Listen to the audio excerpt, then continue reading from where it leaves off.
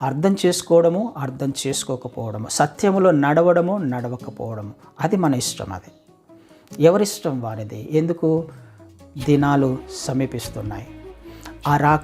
ఆయన రాకడ సమీపిస్తుంది.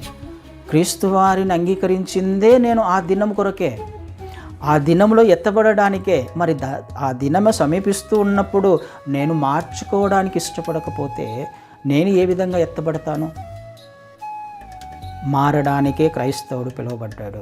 మనసు మార్చుకోవడానికే క్రైస్తవుడు పిలువబడ్డాడు. సత్యమును గ్రహించడానికే క్రైస్తవుడు పిలువబడ్డాడు. వెలిగించబడడానికే క్రైస్తవుడు పిలువబడ్డాడు. ఆ వెలుగు ఇతరులకు పంచడానికి. అందుకే కదా నువ్వు లోకముకు వెలుగై ఉన్నావు అని అంటుంది లేఖనాలు 5వ అధ్యాయం మత్తయి సువార్తలో. ఈ వెలుగు ఎక్కడుండాలి?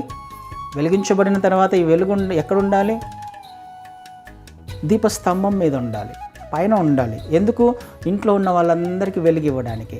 కానీ అది టేబుల్ కిందనో మంచం కిందనో పెట్టామనుకోండి, ఇంట్లో చీకటి ఉంటుంది, వెలుగు ఉంటుందా? చీకటి ఉంటుంది. నేను వెలిగించబడి నా రక్షణను, లేకపోతే నా స్థితి, నా ఇంట్లో నా అంతకు నేను ప్రార్థన చేసుకోవడం అంతవరకు అయితే అది కుదరదు అని అంటున్నాడు దేవుడు. దాని వలన దేవుని నామం మహిమపరచబడదు కదా. అందుకని ఒకసారి చదివి నేను ముగిస్తాను.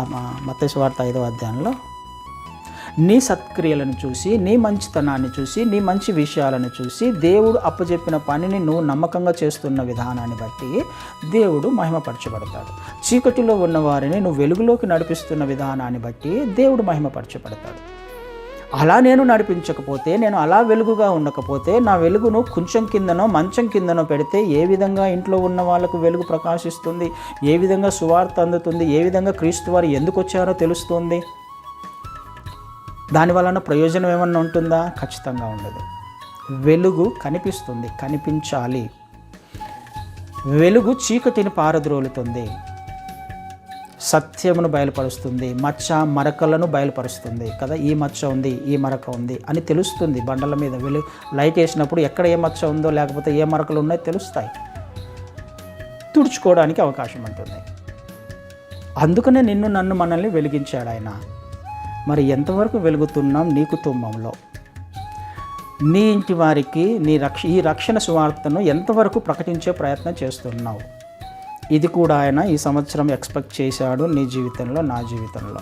ఒకవేళ అలా చేయకుండా ఉన్నట్లయితే పాదాలను పట్టుకుందాం, క్షమాపణ అడుగుదాం. అయ్యా, నువ్వు ఎక్స్పెక్ట్ చేసినట్టుగా నేను జీవించలేదు, నన్నైతే వెలిగించావు, కానీ నువ్వు చెప్పినట్టుగా నేను ఇంకా వేరే వాళ్ళను వెలిగించలేకపోయాను, నీ వెలుగులోకి నేను వారిని నడిపించలేకపోయాను, నన్ను క్షమించు. క్షమాపణ అడగడానికి ప్రయత్నం చేద్దాం. ఆమేన్. అట్టి కృప దేవుడు మనందరికీ అనుగ్రహించును గాక.